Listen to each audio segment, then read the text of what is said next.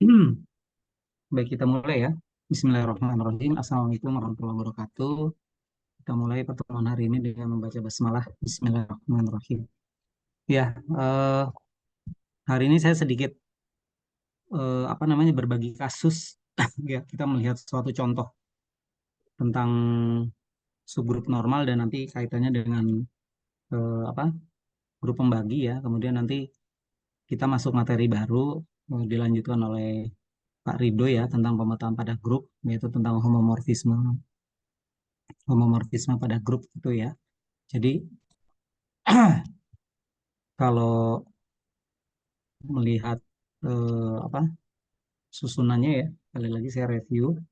Ini homomorfisme dan subgrup normal kalau di buku 3 itu edisi 3 maksudnya itu homomorfismenya duluan gitu ya.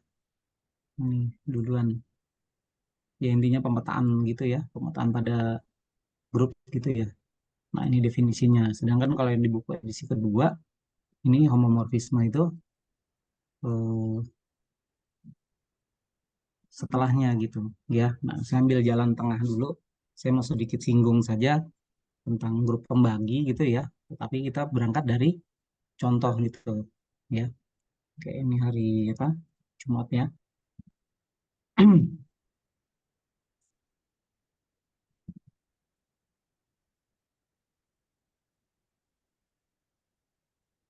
Oke, eh, kita lihat definisi dari dari yang di buku 2 dulu ya. Dari di buku 2. Jadi kita punya definisi ini ya.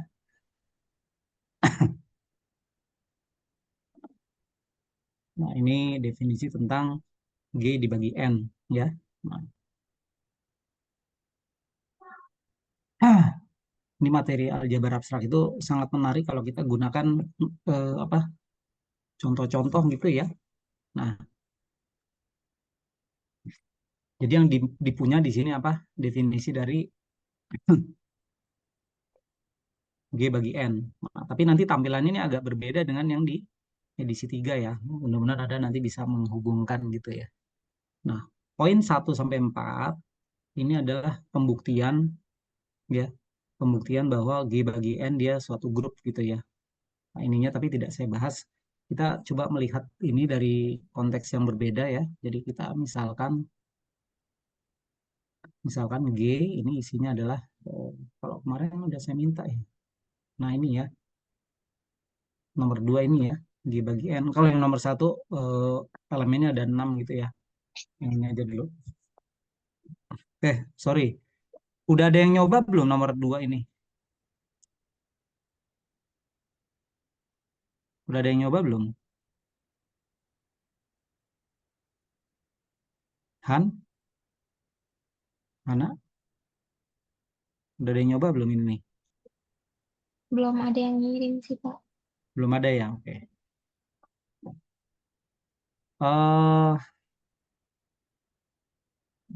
Gini, saya sampaikan di kelas A ya, bahwa nanti untuk ujiannya kalian ini mohon maaf Farido ya sepihak dulu nggak apa-apa ya Farido ya nanti untuk UASnya kita diskusikan lagi karena saya melihat ternyata agak agak lambat ya ketika saya tanyakan satu dua hal terkait konsep aljabar abstrak gitu ya mulai dari teori himpunan dan segala macam. Mungkin karena catatannya nggak komprehensif atau bagaimana gitu ya. Nah, saya meminta kalian nanti membuat catatan masing-masing ya, tulis tangan ya, tulis tangan di kertas gitu ya, bukan diketik ya, di kertas. Dan itu nanti menjadi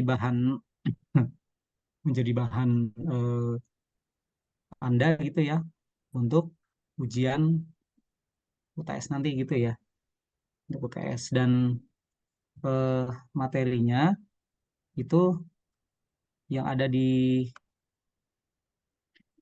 RPS ini ya. Jadi kita rencanakan sampai materi permutasi gitu ya. Walaupun kan kalian dapat tugas gitu ya untuk membuat artikel ya dan mempresentasikan nanti di pertemuan 13-14 itu ya. Nah, materinya dari sini. Nah, catatannya itu kan agak berbeda sebetulnya antara susunan urutan gitu ya dan penyampaiannya. Kalau kalau kalian nanti eh, sedang luring gitu ya, itu kan catatannya mungkin tertulis, tapi kalau sedang daring seperti ini kan ada rekamannya gitu. Nah, nanti kalian saling berbagi saja ya dengan PJ-nya gitu, eh, berbagi rekaman video, berbagi catatan gitu ya, kemudian dicatat semua hal yang terkait dengan materi ini gitu ya. Catatan pribadi itu nanti dijadikan bahan. Nah, isinya apa? Isinya terserah, materi, contoh soal, apapun gitu ya. Anda buat sendiri catatannya gitu ya. Dan kalau Anda tidak membawa apa nanti catatannya ya saya anggap ya sudah Anda close book gitu ya. Jadi nanti pada saat ujian bahan Anda hanya itu ya, kertas kertas untuk apa materi dan latihan soal dan apapun. Sumbernya boleh dari Hersen, boleh dari apa contoh soal yang lain dari YouTube atau apa gitu ya. Jadi kalian buat catatan sendiri materinya tentang grup gitu ya. Terus yang kedua ya saya juga coba usahakan ya mudah-mudahan berikan beberapa soal-soal ya, beberapa soal-soal yang itu mungkin bisa menjadi bahan Anda untuk dikerjakan menjelang ujian gitu ya. Mudah-mudahan dari situ Anda punya gambaran tentang struktur materinya dan proses untuk pembuktiannya gitu ya. Kalau menyelesaikan soal-soal di sini kan di buku memang banyak ya soal-soal latihan apa gitu ya. Ada juga yang sudah terbahas di satu kelas, tapi ada juga yang tidak dibahas di kelas yang lain gitu. Jadi digabungkan saja, silakan kerjasamanya ya, kelas ini ya, dengan kelas yang satunya untuk bisa apa namanya membuat catatan yang baik ya. Disilakan amunisinya disiapkan, materinya seperti yang di RPS tadi gitu ya. Nah, saya kembali ke sini tentang subgrup normal gitu ya. Nah, ini eh, lanjutannya tentang grup pembagi ya. Nah, kalau kita ambil G-nya misalkan gitu, G-nya adalah tadi ya, isinya adalah himpunan yang terdiri dari 4 elemen, sebutlah min satu satu, I, dan min I gitu ya. Dengan I kuadratnya sama dengan min satu ya. Maka G adalah grup hingga gitu, grup hingga dengan orde ya, dengan orde G-nya sama dengan 4 ya. Nah, kemudian kita coba akan ditentukan semua subgrup ya dari G. Nah, kita tahu dari teorema Lagrange ya, teorema Lagrange orde dari H, jika H suatu subgrup ya, maka orde dari H ini membagi orde dari G. Maka artinya orde yang mungkin gitu, orde yang mungkin dari subgrupnya ya, subgrup di G yaitu 1, 2, dan 4 gitu ya. Nah, subgrup ini itu kan ada yang trivial gitu ya. Trivial yang pasti gitu ya, ada yang non trivial. Nah, yang trivial ini berarti kita bisa tentukan ya sebutlah H1 gitu isinya adalah identitasnya ya. Identitas ini kita tahu identitasnya satu ya. Ini terhadap perkalian ya. Kalian. Nah, ini berarti identitasnya satu. Kemudian sebutlah H2-nya isinya sama dengan G itu sendiri. Nah, yang non trivialnya ya karena di sini eh, orde H1 sama dengan 1, orde H2 sama dengan 4 gitu ya. Berarti yang belum ada yang orde H-nya sama dengan 2 ya. Nah, ini kita tahu nanti hasilnya adalah min 1 dan 1 gitu ya. 1 min 1. Nah, ini yang non trivial. Oke. Nah, kita akan cek kenormalannya gitu ya. Kalau untuk H1, H3 ini dia jelas normal gitu ya. Jelas subgrup normal. Nah, masalahnya di sini G yang saya ambil ini adalah contoh grup abelian gitu ya. Eh, Lebih lanjut ya, G itu kan abelian ya. Jadi kalau abelian ya sudahlah aman gitu ya. H1 H3-nya abelian. Nah, H1 H2-nya dia subgrup normal ya. Nah, sekarang kita mau cek kalau yang H3 ini bagaimana gitu ya. Nah, kan caranya adalah kita konstruksi koset gitu ya. Konstruksi koset kanan ya. Koset kanan berarti kan kalau H3 tadi isinya adalah min satu satu, konstruksi semua koset kanan ya.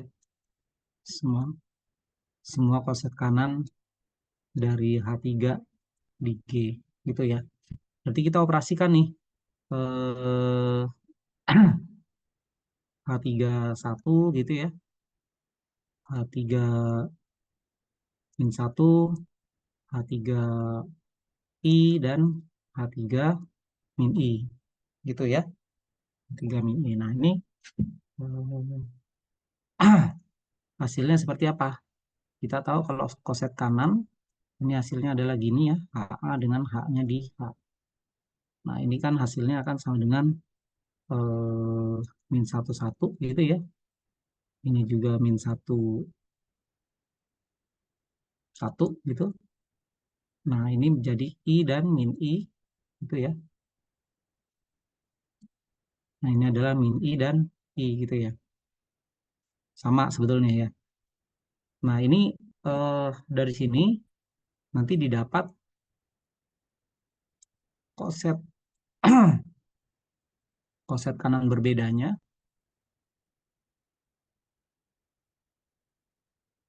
yaitu kita sebut sebagai sebutlah H3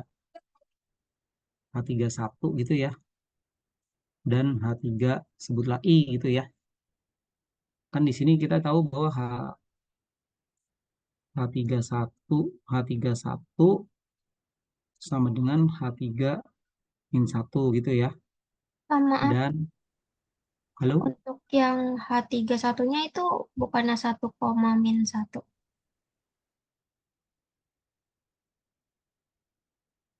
min satu satu sama 1, min 1 sama aja ya. Oh, mau diproses ya. Min satu satu kita jalankan 1 min 1 ya, urutannya berbeda ya. Ini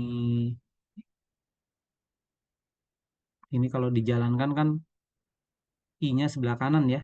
Ini min I, koma I. Terus yang ini berarti apa? I, koma min I gitu. Benar tadi komentarnya? Terjawab nggak?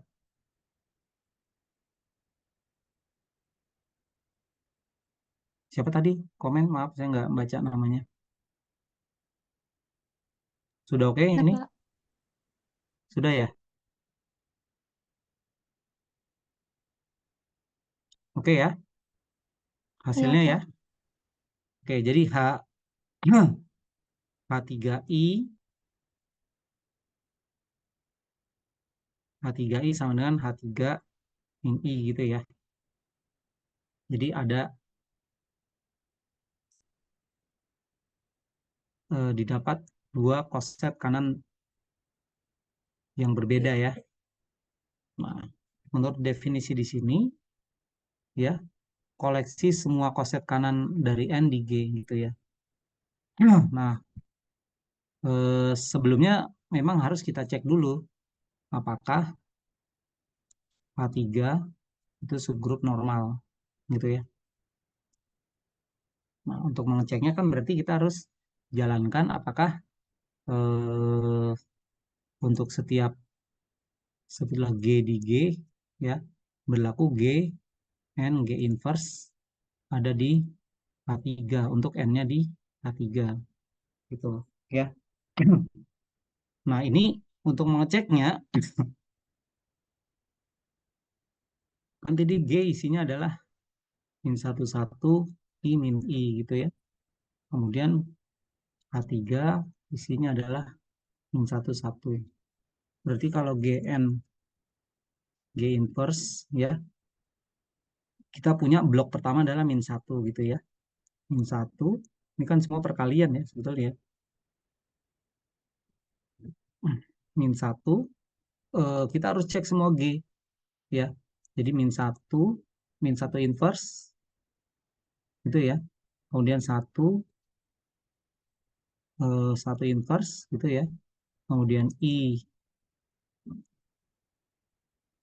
inverse gitu ya. Kemudian min I inverse gitu ya. Nah, kan kita tahu kalau lihat tabelnya ya. Kalau lihat tabelnya kan di sini min 1, 1 min 1 I min I gitu ya. 1 min 1 I min I. Kenapa ini kok? Nah, ya,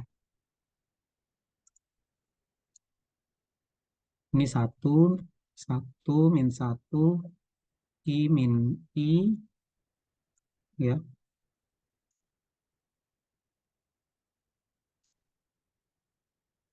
Min I min 1 I min I gitu ya. Ini berarti 1 apa nih? Min I gitu ya. Kemudian I min 1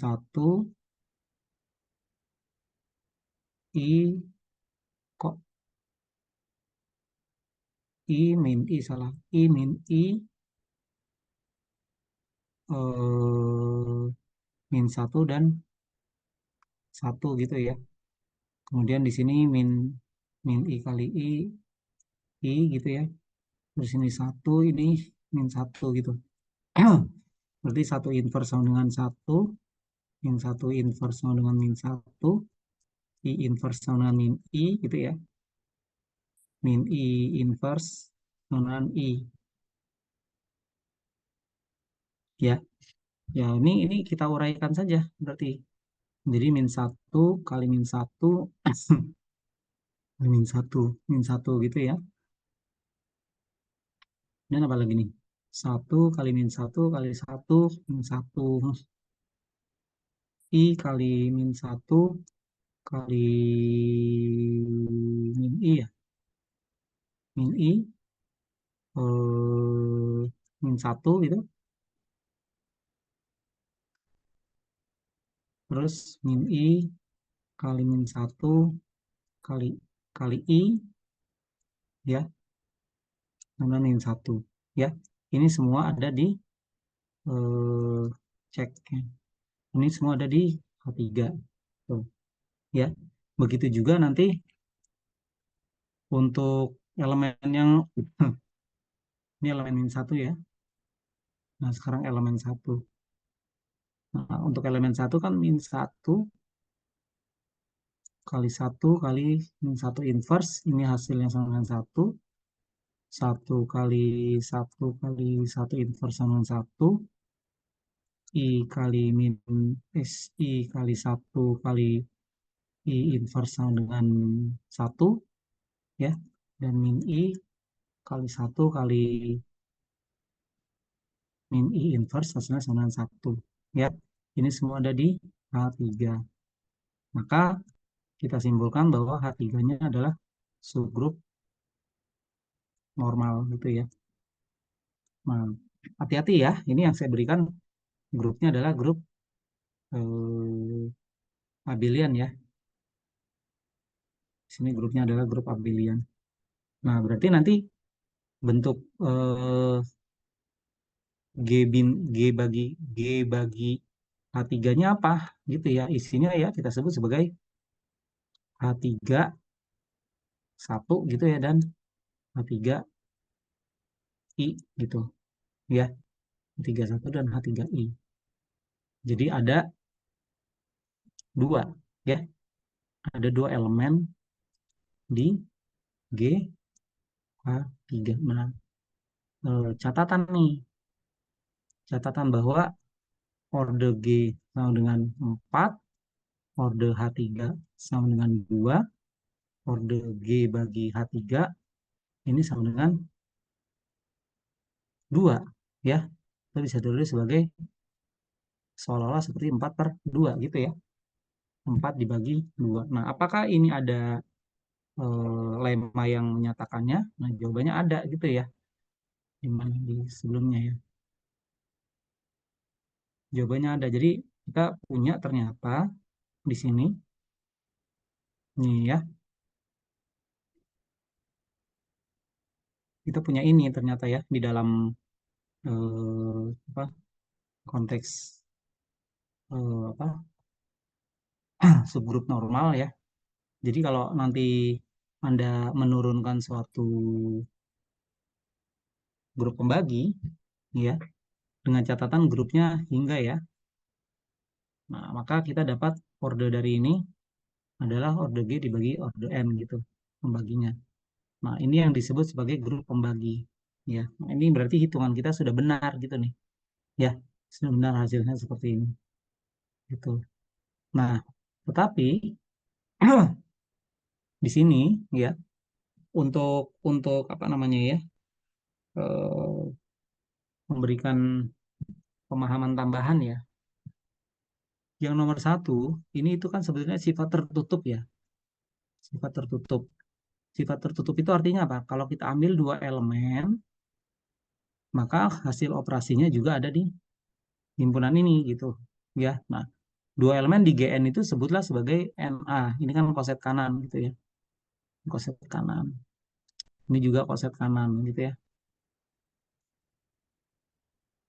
ya koset kanan. Nah operasinya ini ya ternyata ya. Jadi operasi dari dua hasil koset kanan ini adalah koset kanan juga.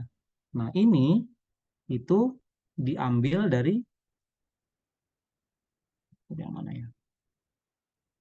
Oh, ini enggak saya cantumkan di sini ya. Ini diambil dari yang sini ya. Kalau yang di buku di sini. Nah, ini ya. Jadi kalau dia subgrup normal ya, dia subgrup normal maka eh, hasil kali dua koset kanan dia juga koset kanan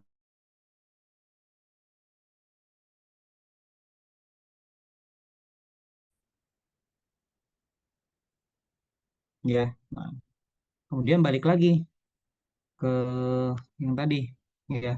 Jadi pendefinisian tertutup ya, ya hasil kali ya dua koset kanan, hasil kali dua koset kanan ya ini juga koset kanan itu ya. Nah yang kedua apa, asosiatif ya, kita ambil tiga elemen berbeda di G bagi N, sebutlah ini gitu ya, maka ketika dioperasikan X Y Z ini sama dengan X kali Y Z, asosiatif. Nah yang ketiga consider the element N. Nah ini yang sebagai identitas nih. Jadi ternyata pada G bagi N, pada G dibagi N, ya, elemen identitasnya itu ternyata adalah koset kanan terhadap elemen identitas. Ya, nah, berarti kan pada kasus ini nih eh, yang menjadi identitas pada G bagi N adalah H31 ya. Nah, ini sebagai identitasnya gitu ya. Kenapa? Ketika kita operasikan sebarang X di GN ya, G bagi N ini dioperasikan dengan N gitu ya, maka NAE sama dengan NAE dan seterusnya. Gitu ya. Nah, kemudian inverse-nya, bentuk inverse. Bentuk inverse dari elemen di G bagi N tak lain adalah ini ya. Nah, jadi bersesuaian nih.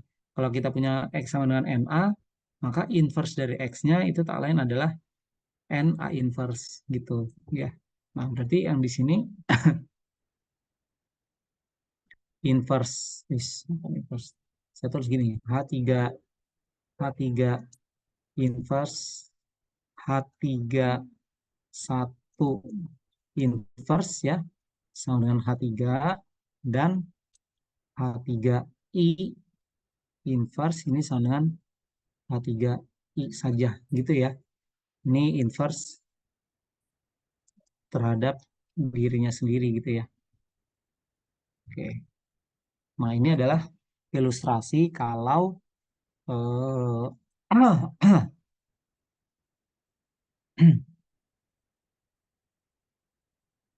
grupnya seperti ini gitu ya. Jadi grupnya ini grup komutatif gitu ya. Dapatnya seperti ini. Nah, eh, contoh yang lain gimana? Nah, Anda bisa eksplorasi nih ya untuk bagian ini. Tapi harus dipastikan dulu ada subgrup normalnya atau tidak gitu. Ya, kalau ada subgrup normalnya, Anda bisa definisikan artinya kalau nanti untuk mendapatkan G bagi N, ya, G itu harus memiliki subgrup normal, ya, grup normal. Oke. Nah, tapi subgrup ini kan ada yang trivial, ada yang non trivial gitu ya. Nah, pada kasus yang saya berikan tadi, saya dapat dari yang non trivial gitu ya. Kalau yang trivial itu akan otomatis ya, otomatis subgrup normal juga gitu, ya. Nah, masalahnya kalau yang non trivial gitu, ini bisa jadi ada, bisa jadi tidak gitu. Nah, eh, kasus misal ya, kasus kalau G group dengan misalkan dengan orde 3 ya. Nah, ini kan dia hanya punya eh, dua dua subgrup trivial ya. Trivial yaitu apa? Himpunan E, identitas dan G itu sendiri gitu. Ya, tidak ada non trivialnya ya. Jadi orde orde dari subgrupnya gitu ya. Subgrupnya hanya yang mungkin ya, yang mungkin hanya satu dan tiga selesai gitu ya. Nah, kemudian kalau kasus yang tadi orde 4 gitu ya, dapat gitu. Nah, himpunan AS, G yang sama dengan AS ya, kalau S-nya adalah misalkan satu 2 3 gitu ya, atau N dari S-nya ini sama dengan 3, maka orde dari G terhadap operasi apa komposisi ya. Nanti ini juga disebut sebagai grup permutasi ya. Grup permutasi. Ini ordernya kan 6 gitu ya. Nanti Anda investigasi ya. Investigasi apakah ada subgrup non trivial yang normal gitu ya. Apakah ada gitu ya. Nah, ini di otak-atik juga atau yang isinya 6 juga sama ya.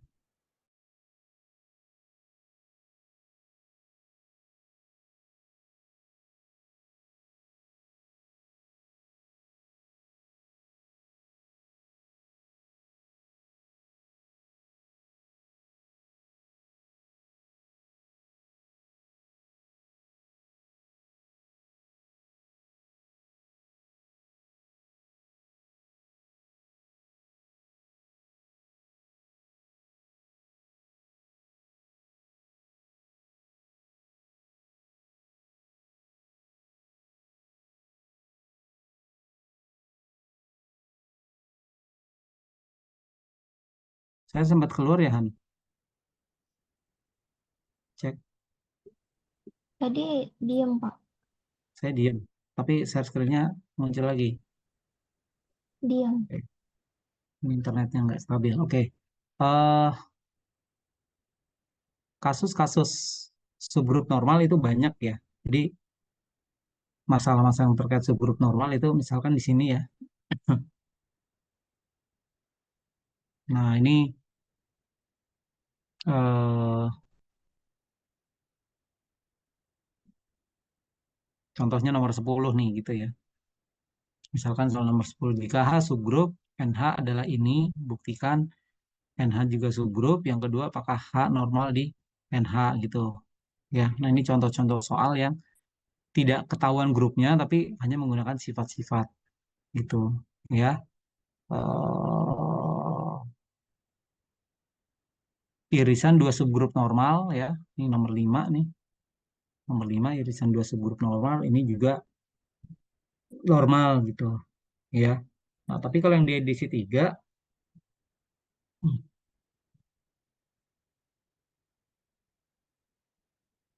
mana edisi 3 ini pakai pemetaan dulu ya.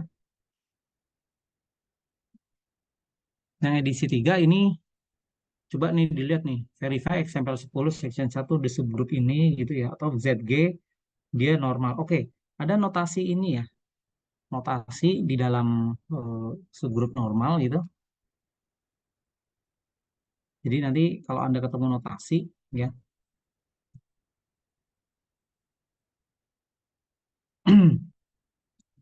catatan ini notasi N subgrup normal di G gitu ya, lambangnya gini ya, dari G gitu ya. Nanti tulisannya ini ya, ada notasi ini ya. Jadi nanti kalau kalian ketemu ini, nah ini bacanya ZG subgrup normal dari G gitu ya. Nah, jadi masalahnya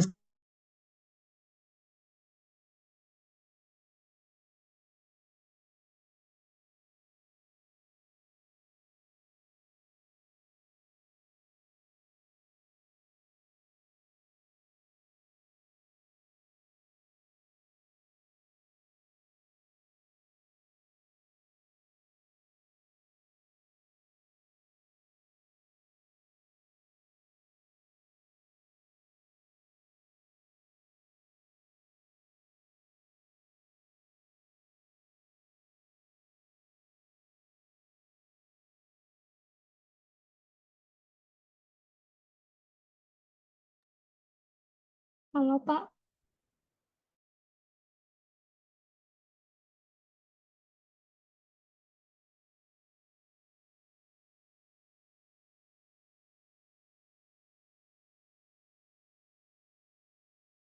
saya keluar lagi ya kayaknya Han ya. Nih. iya Pak. Jadi Anda kalau nanti diberikan soal ini ya nggak apa-apa. Diberikan soal seperti ini nih, ya. Nah ini share screen-nya Share masih ya? hilang Pak. Oh, share screen-nya hilang. Oke. Nah, jadi kalau Anda diberikan soal seperti ini, nanti ya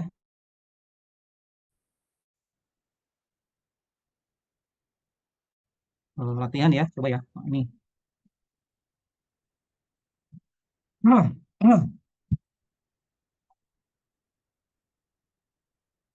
pijakan mandiri ya, mandiri sebagai latihan. Nah, yang harus dicek, yang pertama dia harus subgroup dulu ya, subgroup dulu. Kemudian yang kedua,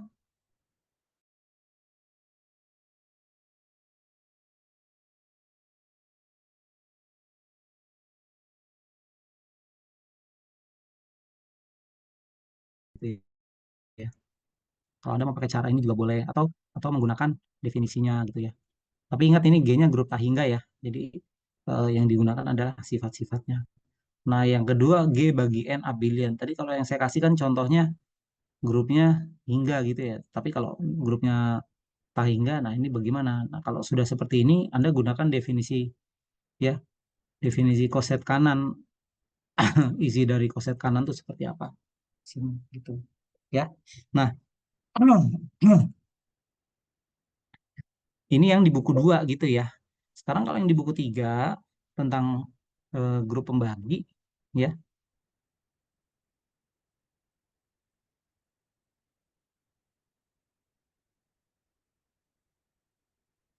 Nih, grup pembagi ya. Faktor grup faktor gitu. Ini dia mulainya dari sini nih. ya. Mulainya dari G adalah grup dan N adalah subgrup normal gitu ya. Nah, prosesnya apa? Dengan menggunakan teorema Lagrange ya, untuk sebarang subgrup, relasi ekivalen A tilde B ini didefinisikan AB inverse ada di H gitu ya. Kalau N-nya normal, proses ke bawahnya, bla bla bla bla bla gitu ya. Bla bla bla bla bla ke bawah gitu. Nanti definisinya ini ya, teoremanya.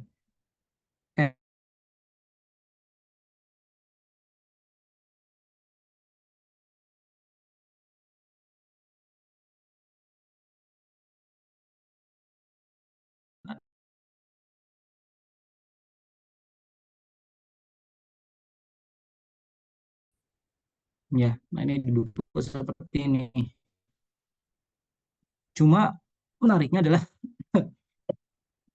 di buku tiga ini Anda diberikan, kalau di buku ini kayaknya belum ya, ada istilahnya ini mungkin apa?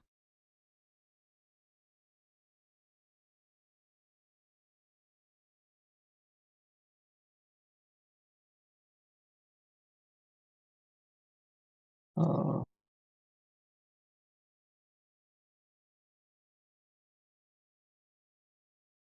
jadi ketika kita mendefinisikan suatu operasi, kita harus pastikan dulu ya bahwa operasi itu terdefinisi dengan baik. Nah, di buku ini ya itu diberikan gitu ya. We define produk ini gitu ya. We define, nah ini nih, we define produk di sini isinya kelas ya, kelas ekivalen AB itu sama dengan ini. Kemudian akan dibuktikan nanti dia grup terhadap hasil kali ini gitu ya. Nah, tapi dia harus ditunjukkan dulu bahwa proses ini adalah well defined. Nah, proses well defined itu begini kira-kira ya, menunjukkan apa namanya? suatu suatu operasi di sini adalah well defined. Kira-kira kayak gitu. Ya. Nah, ini silakan dipelajari aja dulu gitu. Nah, nanti materi selanjutnya bisa dilanjutkan tentang homomorfisme gitu ya. Han boleh di stop dulu Han, recordnya Han. Juga kalian bisa, nah contohnya juga kalian bisa lihat nih, sorry, screen.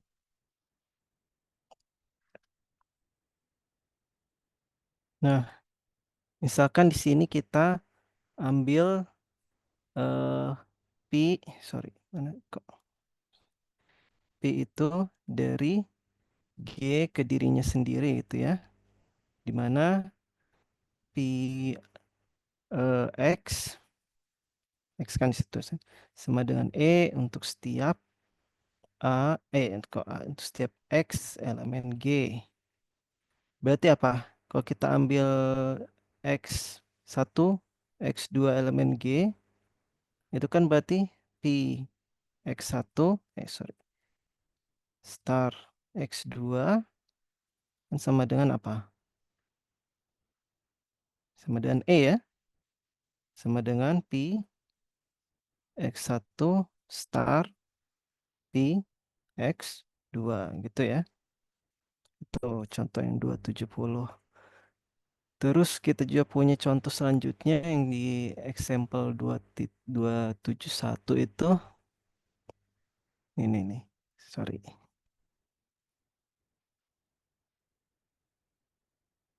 Nah, misalkan G-nya apa ini?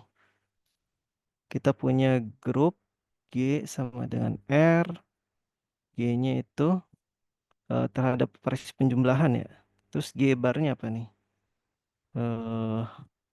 Group of non-zero number multiplication. Berarti kok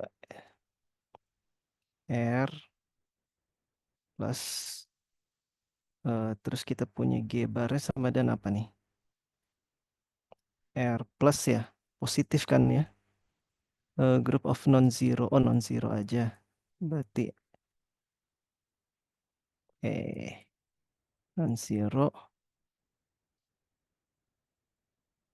G multiplication. Terus definisikan pi-nya apa nih di sini?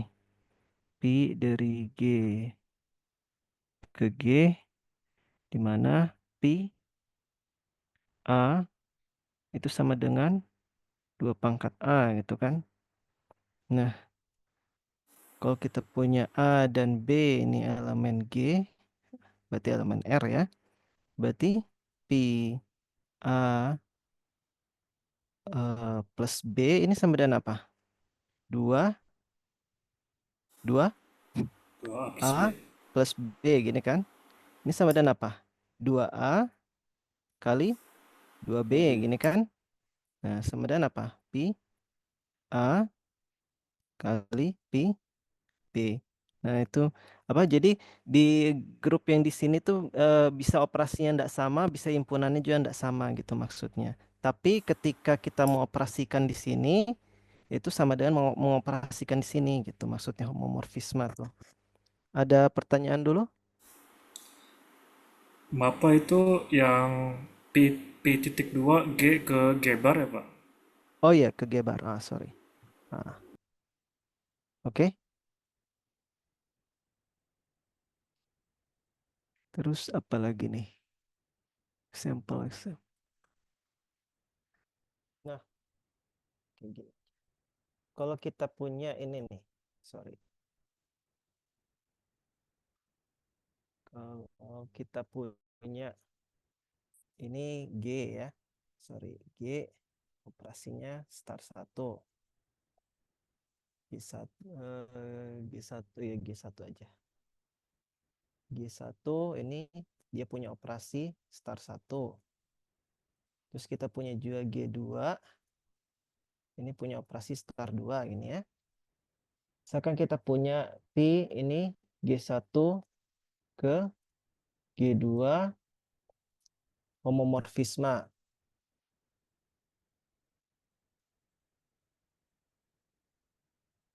Kita bisa tahu nggak kalau si E1 ini akan dipetakan kemana?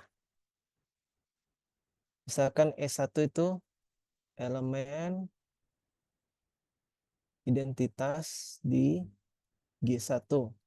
Peta dari S1 ini bisa nggak, bisa kemana nih? Benar nggak dia selalu sama dengan elemen identitas dari E2? Itu maksudnya.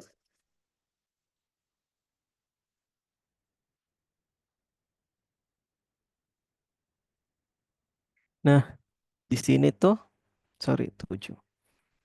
Di sini tuh ini ya, karena kita punya pi dari E1 ini kan sama dengan apa? Pi E1 star 1 E1 gini kan.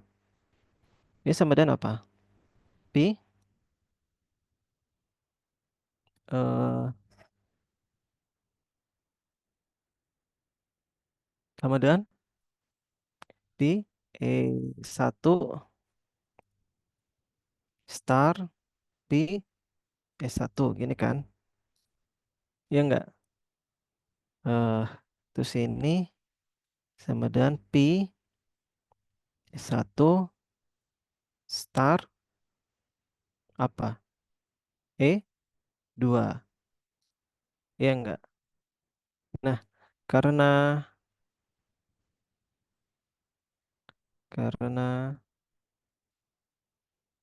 pi E1 sama dengan pi E1 kali E2 gitu ya? Gitu enggak? Berarti apa? Berarti sorry, enggak gitu ya. Sorry. Saya ini juga agak mendadak juga sih. Sorry. Dari sini itu gimana nih? Ada yang bisa nggak buktiin kalau si peta dari E1 itu selalu sama dengan E2? Dicoba dulu. Eh,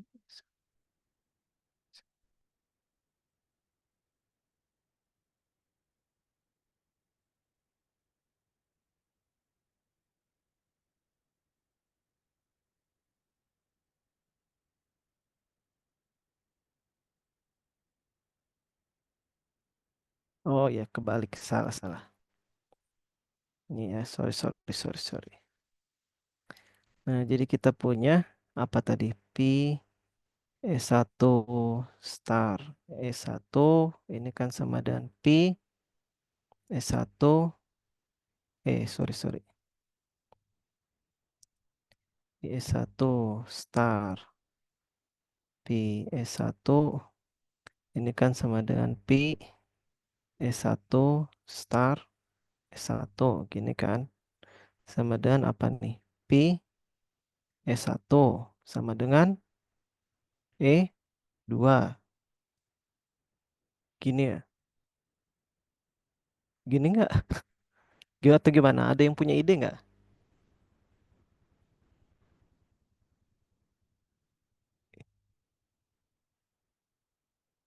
Satu S1 E2 gitu kan ya. Ini sama dengan apa nih? Eh, berarti berarti ini Pi S1 star Pi S1 sama dengan E2.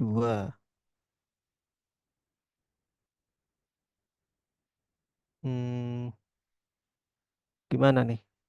Coba-coba dicobain dulu. Sorry ya. Pi E1.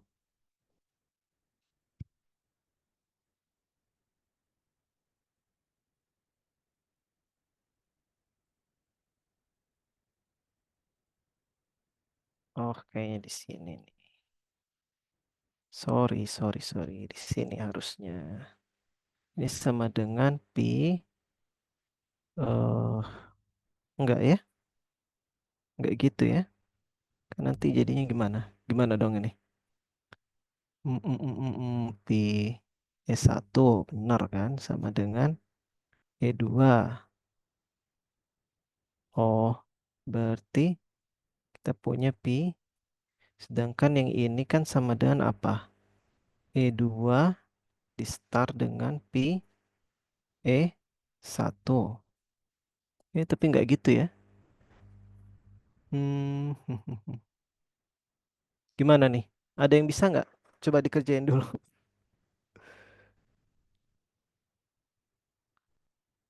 Pi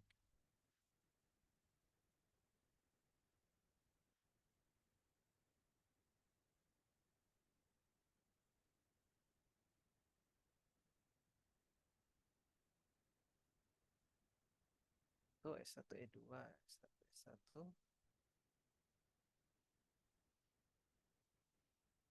Oh iya harusnya langsung aja. Sorry. Mungkin berangkatnya salah. Harusnya apa? Pi dari S1 itu kan sama dengan apa? Pi dari S1 star E1. Ini sama dengan apa? Pi dari, oh iya harusnya kayak gini aja ya. E1 star Pi E1 itu kan sama dengan apa? E2 star E2. Ini sama dengan E2 gini ya. Berarti apa? Pi dari E1 sama dengan E2 gitu ya. Gitu ya. Semuanya dapat nggak? Kayak gini. Atau ada cara yang beda? Lanjut ya. Nah, misalkan kita punya A. Sorry. Mana sih? Satu. Misalkan kita punya A elemen G. Nah, nanti kita bisa tunjukkan juga kalau si Pi dari inverse dari A ini sama dengan Pi A inverse gitu. Coba ada yang bisa buktiin nggak? Gimana nih? Misalkan kita punya, hmm, coba dicoba dulu. Gimana tuh? Nah, kan kita mau tunjukkan kalau eh, Pi A inverse ini sama dengan Pi A eh, inverse ini ya. Berarti apa? Berarti kita coba aja apakah perkalian dari A dan P A inverse ini sama dengan apa? P A star A inverse ini kan sama dengan P dari E. Satu ya sama dengan E 2. Berarti apa? P A inverse merupakan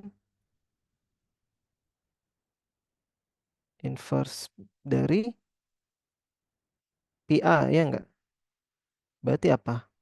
P A inverse sama dengan P A inverse. Jelas nggak? Jadi kan kita mau buktikan si P A inverse ini sama dengan P dari A inverse gitu kan. Nah, berarti kita tunjukkan kalau ini benar nggak kalau dikali ini sama dengan E kan gitu kan kalau definisinya inverse ya. Nah, ternyata kalau kita kalikan dia kalau kita operasikan dia hasilnya E2 gitu kan. Hasilnya E gitu. Berarti si P dari A inverse ini merupakan inverse dari PA. Dengan kata lain apa? P dari A inverse ini sama dengan inverse dari PA gitu. Ada pertanyaan dulu? Atau gimana? Nggak ada? Nah, terus apa lagi nih? Sifat-sifatnya. Yuk kita lihat dulu. Itu tadi ada di lemma 2.2.7.2 ya. Ini yang tadi tuh yang kita tunjukkan. Oke, ini deh, di foto di ini nih. Ini tuh. Jadi peta dari E itu selalu elemen unit dari G bar dan inverse dari peta dari inverse dari X itu selalu inverse dari peta X untuk setiap X elemen G gitu. Oke, oke. Terus apa lagi nih sifat-sifatnya? Oh, ini nih. Lemma 273. Coba dilihat.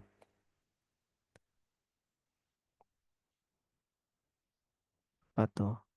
273. Nih. Jika P itu homomorfisme dan dari G ke G bar, maka dengan kernel K. Kernel itu apa? Ini kernel itu semua jadi ketahui P ini G ke G bar homomorfisme. Morfisme. K itu kernel dari P itu definisikan sebagai K himpunan dari semua X elemen G sehingga apa? P dari X itu sama dengan E di G bar gitu. Itu.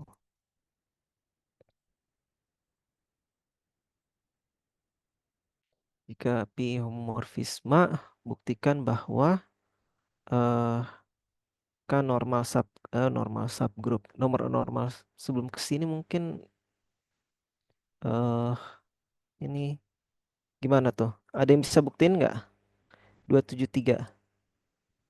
Normal subgroup tadi definisinya apa? Yang dijelaskan sama Pak Ibnu?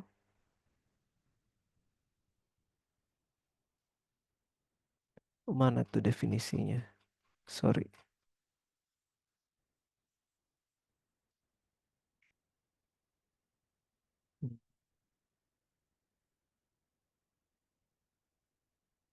Ini ya, normal subgroup. Tunggu, sorry.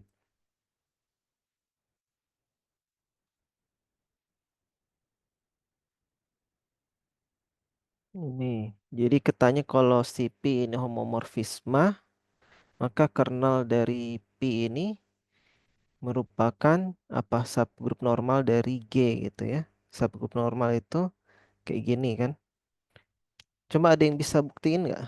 Dia subgroup dulu nggak? Kernel dari P ini subgroup dari G nggak? apakah, sorry, apakah K subgrup G, lalu apakah K subgrup normal kan gitu. Normal. Kalau subgrupnya iya nggak? Gimana kalau buktiin dia subgrup? eh Berarti tinggal kita buktiin kalau kita punya K ini subset dari G, kita mau buktiin K ini subgrup dari G itu caranya gimana? Buktikan kalau A star B itu elemen K untuk setiap A, B elemen K, gitu kan? Dan A inverse itu elemen dari K, ya enggak? A, B elemen K. Gini enggak? Kalau ngebutin subgroup, ya enggak? Halo? Iya Iya, ya? Kak. Nah, berarti ya gimana nih? Diberikan sebarang A dan B elemen K, gini kan? Kita mau tunjukkan apakah A star B mesti elemen K. Syarat dia menjadi elemen K apa? Ya itu kan kernel dari Pi. Berarti kita mau tunjukkan kalau eh, A star B petanya juga di E kan gitu berarti ya. Ya enggak? Berarti udah Pi A star B itu sama dengan apa? Pi A star. Ini starnya bisa beda ini ya. Ini star yang di G, ini star yang di oh, ke dirinya sendiri ya. Sorry, sorry. Mana sih definisinya tadi tuh? Oh iya, oh enggak ya bisa ini starnya bisa yang ke ini star yang di G, ini star yang di G bar gitu ya. Nanti silakan dibedakan aja. B. Tapi karena ini sama dengan E, star E. Berarti dia sama dengan E. Berarti apa? A star B elemen K. Gini kan? Ya enggak? Nih. Dua. Berikan sebarang apa? A elemen K. Mau dibuktikan apa? A inverse elemen K juga. Iya enggak? Nah, berarti Pi dari inverse ini sama dengan apa? Pi dari A inverse. Sorry. Gini enggak sih buktinya? Di star dengan hmm, star dengan sorry sorry. Enggak gini. E E itu kan sama dengan apa? Peta dari E kan? Ya enggak? Ini sama dengan apa? Pi dari A star A inverse. Gini kan? Sama dengan pi dari A star pi dari A inverse. Nah, karena A ini elemen kernel berarti apa? E star pi A inverse sama dengan pi dari A inverse. Berarti apa? A inverse elemen dari K. Nah, karena K ini sih subset dari G dan A star B itu elemen K untuk setiap A dan B elemen K dan untuk setiap A elemen K juga berlaku A inverse elemen K, elemen K ya benar berarti K subgroup G. Gini kan? Ya enggak? Sekarang tinggal membuktikan kalau dia subgroup normal gitu kan. Nah, mana tadi? Sorry. Ini turunkan ke sini.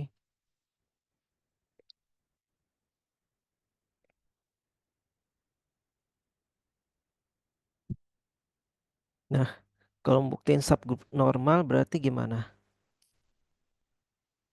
Kan katanya kalau subgroup normal itu untuk setiap G elemen G dan N elemen N, berarti di sini kita K elemen K ya. Berarti G N G inverse elemen dari kita membuktikan G eh, K G gitu, G inverse elemen K juga gitu kan. Berarti sini diberikan sebarang G elemen G dan K elemen K gitu. Kita mau buktikan dia ada di K, berarti kita mau tunjukkan akan ditunjukkan bahwa G K G inverse ini sama dengan E kan, mau ditunjukkan ini kan. Nah, ini sama dengan apa? Dan G star P K star P G gini kan, G inverse kan. Nah, ini sama dengan apa? Ini kan elemen kernel, berarti sama dengan E ya. Berarti ini sama dengan P G star E star. Ini tadi dari lemma yang 2.7.1 kan sama dengan P G first. Gini ya. Ini sama dengan apa? P G star P G inverse. Ini bahasa sama dengan apa? E kan. Berarti apa? Si G K G inverse ini merupakan elemen kernel ya enggak sih untuk setiap G elemen K untuk setiap G elemen G dan K elemen K. Berarti by definition nomor normal subgroup K merupakan subgroup normal G. Gitu ya. Ada pertanyaan dulu? Enggak ada? Oke. Terus apa lagi nih yang di 2.7?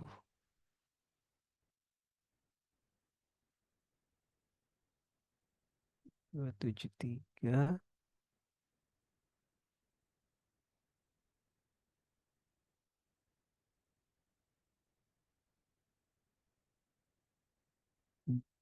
Sebelum ke sana ini dulu deh.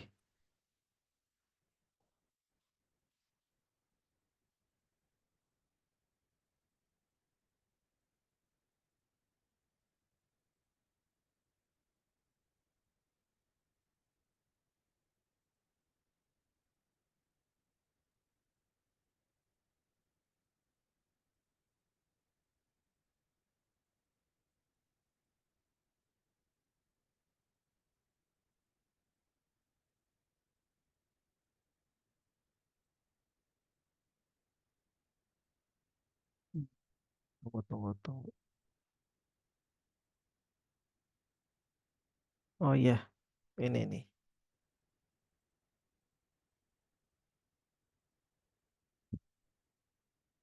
Harusnya tadi sebelum ini sih, ini udah sebelum normal aja.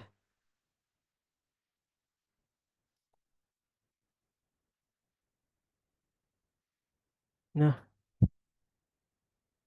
misalkan kita punya nih sifat ke berapa nih? Ya itulah. Misalkan kita, oh sorry. Misalkan kita punya apa nih? Hmm, H ini subgroup G. Nah, maka peta dari H ini kan himpunan semua apa? FH, H elemen H, ini apa? Subgroup juga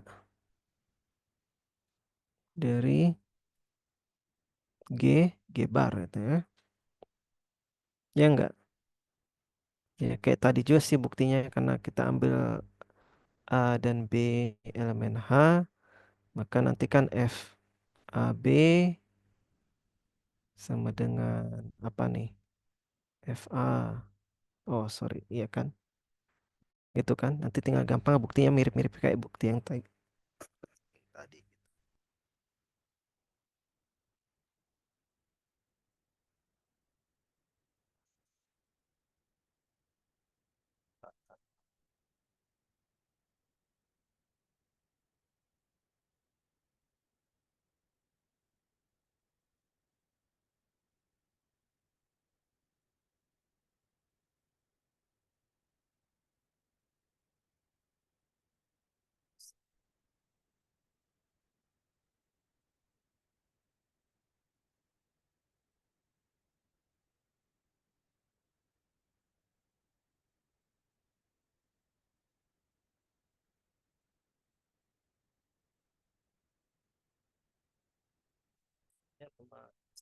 Titik 7.4 jika P ini homomorfisme dari G ke G bar dengan kernel K, maka himpunan semua inverse image dari G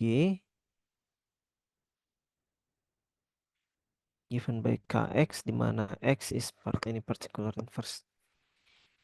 Ini dia mau ngomong apa ya? Mau bilang apa ya? Oh, bisa dan Kx. Oh, di sini. Tunggu. Coba lihat buku yang ketiga. Dia gimana sih pembawaannya?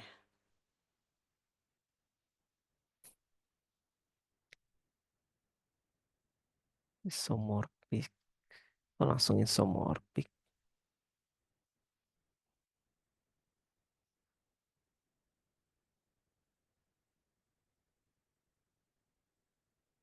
Langsung Kelly.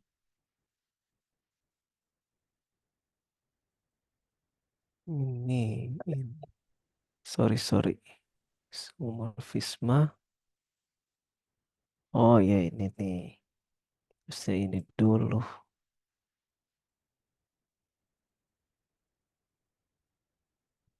Sorry, sorry. Gimana ya? Lemma 27.4 ini ada yang ngerti nggak? Ada yang bisa menjelaskan nggak? Coba. Jika P ini homomorfisme G ke G bar dan kernel K, maka himpunan semua inverse image G under P in G is given by Kx where X is any particular inverse image. Nanti kita tanyakan aja sama Pak Ibnu ya minggu depan. Sorry, sorry. Saya dadakan juga sih jadinya. Ya, beginilah. 273, 27, 274 tadi ya. Oh iya, ya udah langsung ke sini aja.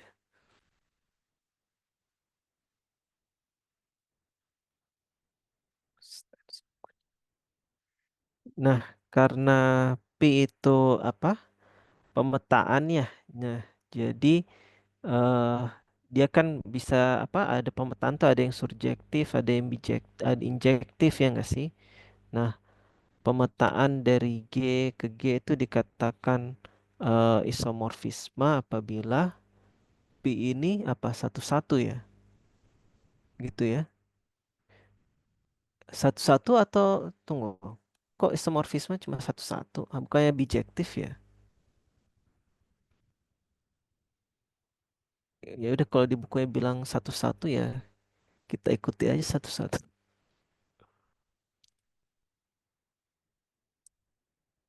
Terus mau apa lagi nih? Morfisme dan kernel K. Hmm,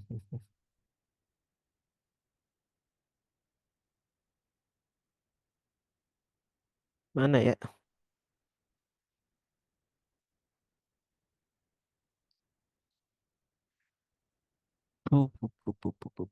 Apa langsung ke sini? Normal subgroup ini kan tadi udah. Karena si Hersten ketiga itu mau bilang apa dia? Image subgroup G. Hmm.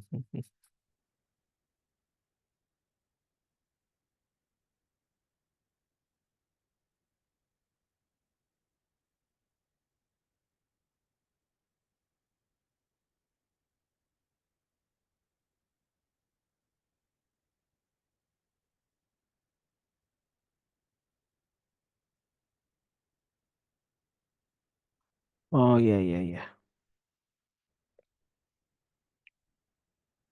Ya udah kita ke buku 3 dulu. Lihat lemma yang 25.3. Itu yang kurang-kurang di ini ya sama Pak Ibnu aja ya. Nah, lemma ini hairstand 3. Ini tandai aja. Ini hairstand edisi 3. Nah, di lemma 2.5.3 ini mau bilang apa ya tadi itu? Kalau kita punya P ini homomorfisme dari G, kalau di sini dia pakai G asen ya. Kalau di edisi kedua dia pakai G bar, kalau di buku 3 dia pakai G asen gitu ya. Nanti disesuaikan aja dengan catatan kalian masing-masing. Yang jelas kalau homomorfisme kan dua grup yang berbeda ya, pemetaan dari dan kedua grup yang berbeda, dia punya operasi berbeda, tapi ketika apa dioperasikan dulu baru dipetakan, ya itu A sama dengan B gitu ya. Nah, gini esensialnya. Nah, jadi apa? Oh, di sini pakai ini lagi. Ya, anggaplah ini pakai ini ya, biar bukunya dua dan pakai simbol yang berbeda-beda. Saya juga kadang-kadang bingung juga pakai simbol yang mana itu. Nah, jika misalkan ya kita ubah aja jadi pi gitu ya. Misalkan pi ini homomorfisme dari G ke ini kita ubah jadi G bar gitu. Maka peta dari eh, subgroup dari G. Jadi misalkan kita punya G kan. Kita punya eh, kita punya FG gitu ya. Sama dengan apa nih? Himpunan semua eh apa? H elemen G bar sehingga H ini sama dengan FG untuk suatu G elemen G. Ini kan peta dari G itu kan definisinya. Nah, maka si oh sorry ini bukan F. Harusnya P.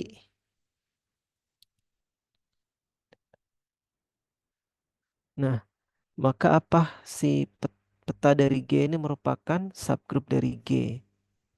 Bisa buktikan nggak? Pi G ini kosong nggak? Nggak ya? Karena apa? Terdapat pertama, gimana buktiin kan kita buktikan dulu tak kosong gitu ya. Pi G tidak kosong karena apa? Ya terdapat apa ini? E elemen G bar sehingga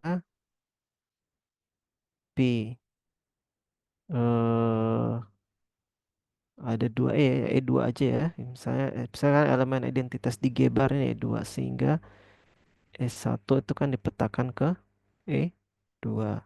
Berarti apa? E2 elemen peta dari G ini kan. Berarti apa? Peta dari G ini sama dengan kan himpunan kosong. Terus buktikan apa? Ya tadi lagi A star B itu elemen untuk setiap kenapa kosong untuk setiap apa A dan B elemen dari P G gitu ya. Kita mau buktikan apa? A ini startnya berarti kalau A dan B elemen P berarti A star B elemen P G gini kan? Ya enggak? Nah, ini gimana nih? P A star B ini sama dengan apa? P A star P apa? PB ini ya. Nah, tapi karena gimana sih? Sorry. I'm sorry. Kan gitu. Berarti kita ambil, tunggu sebentar. Diberikan sebarang A dan B elemen apa? PG. Gini ya, PG. Berarti apa? Karena A elemen dari PG. Berarti terdapat apa? X elemen G. Sehingga apa? PX sama dengan A, itu kan? Begitu juga karena B ini elemen dari P, G. Berarti apa? Terdapat Y elemen G. Sehingga P apa? Y sama dengan B, gitu kan? Nah, berarti apa? Sekarang kita punya apa? P, X, Y.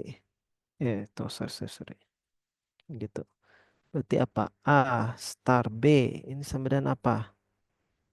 P, X, star, P, Y. Sama dengan apa? P, X, star, Y. Berarti apa? Berarti A star B elemen P, G. Gini ya. Dah terbukti satu. Kenapa di elemen P, G? Karena terdapat X star Y. Ini kan elemen G karena dia grup kan. Sehingga P dari X star Y sama dengan A star B. Berarti apa? By definition PG berarti A star B elemen dari PG. Ini nanti dibedakan aja ya, saya ada dua operasi, dua grup, dua operasi. Ini kan berarti starnya yang mana? Star yang dari G bar kan? Tapi yang di sini star yang apa? Star dari G gitu kan? Nanti di ini ulang aja. Dirapihkan ulang aja. Terus selanjutnya apa? Kita mau nih diambil sebarang A elemen G mau dibuktikan apa? A elemen PG. Mau dibuktikan apa? A inverse juga elemen dari PG gitu kan? Gimana kalau yang ini? Ah, baru aja.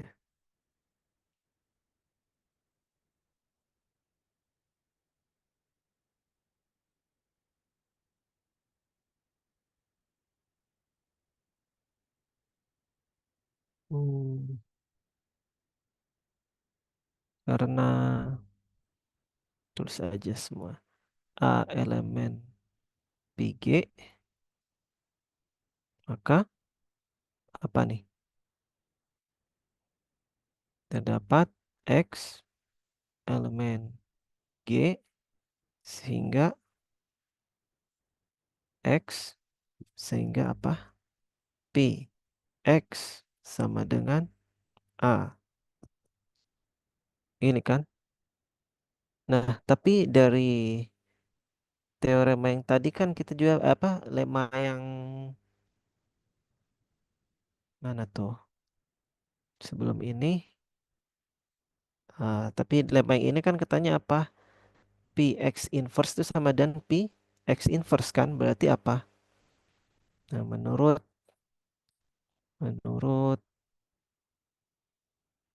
lemma apa tadi? A inverse ini sama dengan P dari X inverse karena homomorfisme sama dengan dari X.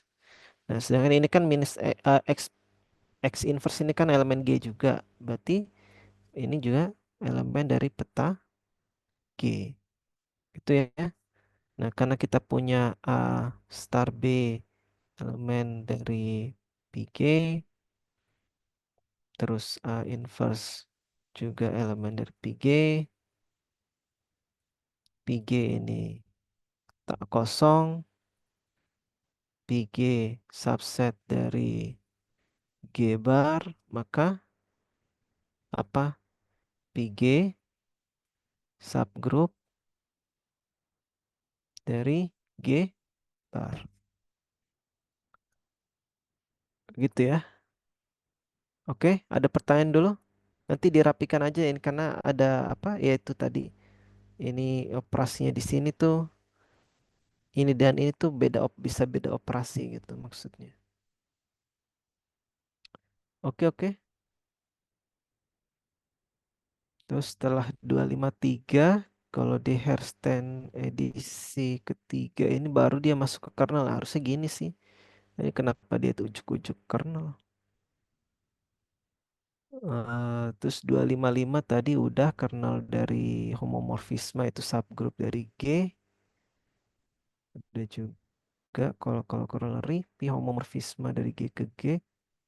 P is monomorfisme if only. Oh iya, ini nih. Nah, ini baru bener dia yang edisi ketiga. Ini nih. Coba lihat definisi halaman berapa nih? Di buku ketiga, halaman 68. Nah, ini nih. Homomorfisme dari G ke G aksen gitu ya. Kalau di buku 3 dikatakan monomorfisme itu kalau dia satu-satu. Monomorfisme yang pada itu isomorfisme. Berarti isomorfisme itu apa?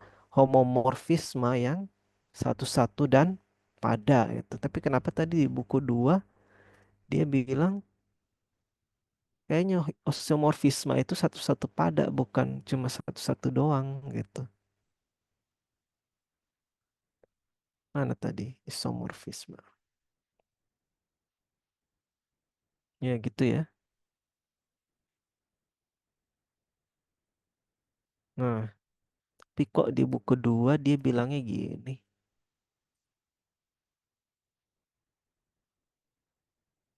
Ini ya. Kayak yang bener yang ini ya. Karena isomorfisme itu kalau dia satu-satu dan pada bukan cuma satu-satu doang. Coba nanti ditanyakan lagi ke Pak Ibnu kenapa di buku 2 dia bilang homomorfisme G ke G yang cuma satu-satu tuh disebut isomorfisme. Padahal harusnya isomorfisme itu betul kayak buku 3. Dia itu harus satu-satu dan pada gitu. Ya, nanti ditanyakan lagi atau ada penjelasan sebelumnya saya penjelasannya Herstein juga kadang-kadang tersirat di contoh-contoh jadi ya begitulah.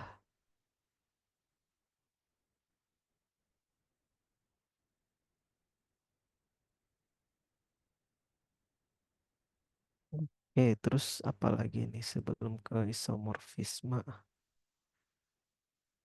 Hmm, Komo. Oh iya,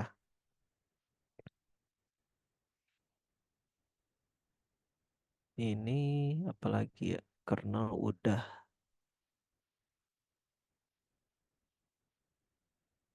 Ah, ini. Nah, sorry. Misalkan kita punya G itu grup, sorry, G, G bar ini grup, P ini homomorfisme dari G ke G bar, hmm,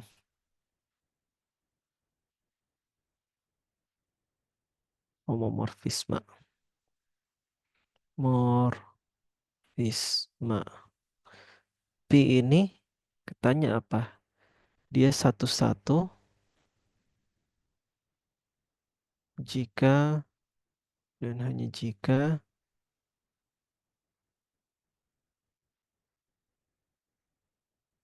P apa? Sorry.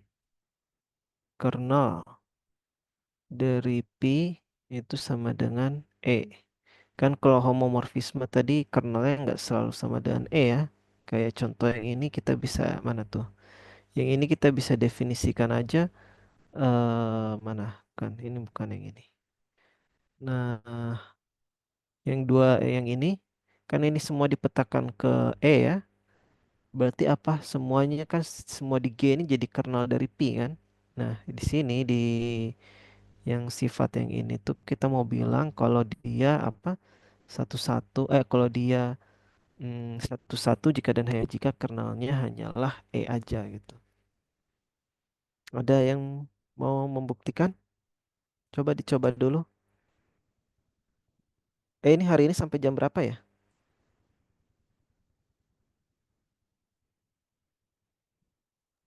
2.40, Pak. 2.40 ya. Ya nanti kalau ya udah gimana cara? Ada yang mau mencoba? Yang arah sini gimana nih? Pi satu satu jika dan hanya jika kernel dari Pi trivial ya kalau yang arah sini ya apa diberikan apa sebarang apa nih eh A dan B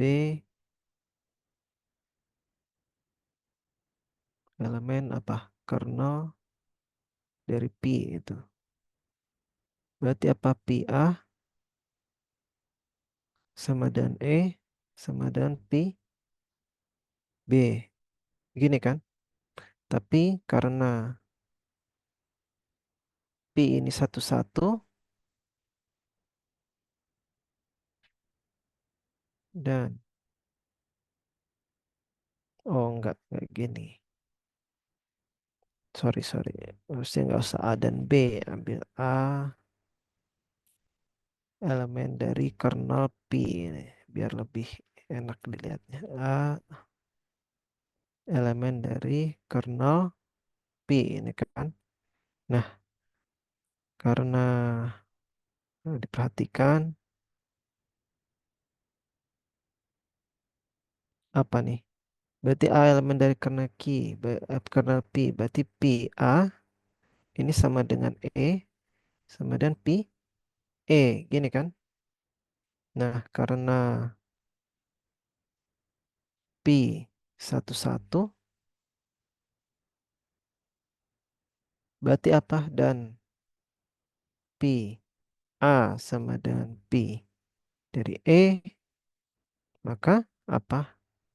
A sama dengan berarti apa?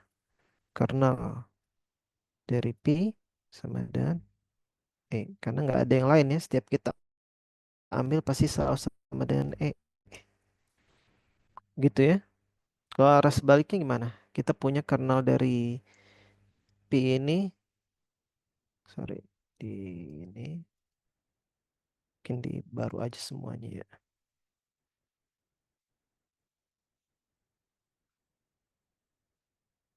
Nah, arah sebaliknya gimana? Kita punya kernel dari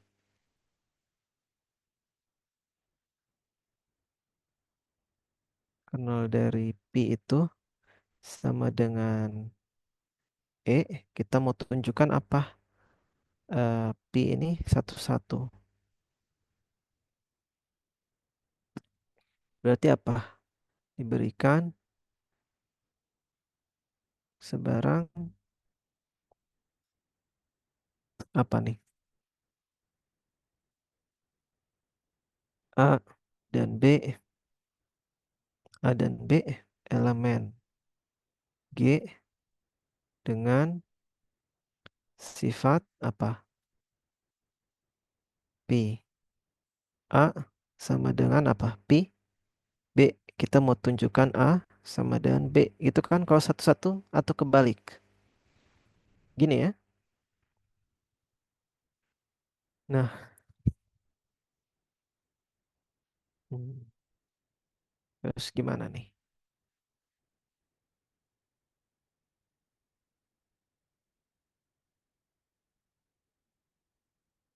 Gimana nih? Gimana nih?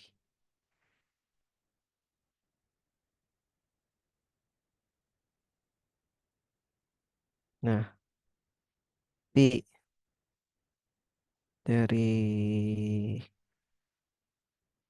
A.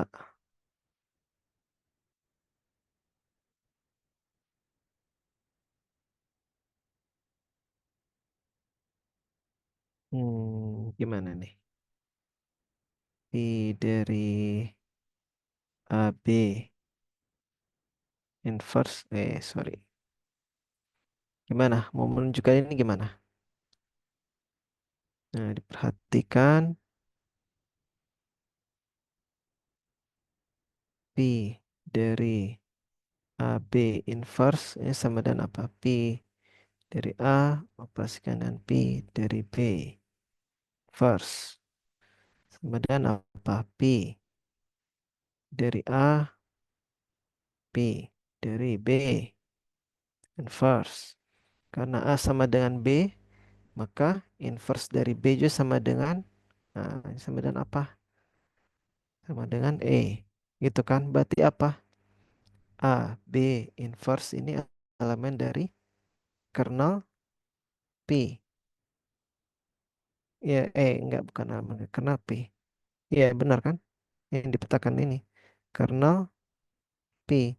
Nah, tapi dari yang diketahui apa? Kernel P itu sama dengan E, berarti AB inverse ini sama dengan E.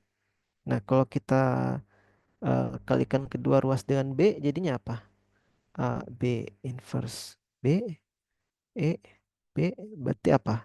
A sama dengan B. Berarti kita peroleh apa? Untuk setiap A dan B elemen G dengan pi A sama dengan pi B, kita akan peroleh A sama dengan B. Berarti apa ini? Pi merupakan pi pemetaan satu satu. Gitu ya. Ada pertanyaan dulu sampai di sini? Kalau nggak ada mungkin karena waktunya juga tinggal 2 menit lagi dan ya udah gitu aja ya. Ada nggak? Ada pertanyaan dulu nggak? Nggak ada ya. Nah karena nggak ada pertanyaan lagi jadi kuliahnya saya cukupkan aja sampai di sini. Assalamualaikum warahmatullahi wabarakatuh. Waalaikumsalam. Waalaikumsalam warahmatullahi wabarakatuh. Waalaikumsalam. Terima kasih, Pak. Terima kasih, Pak. Oke.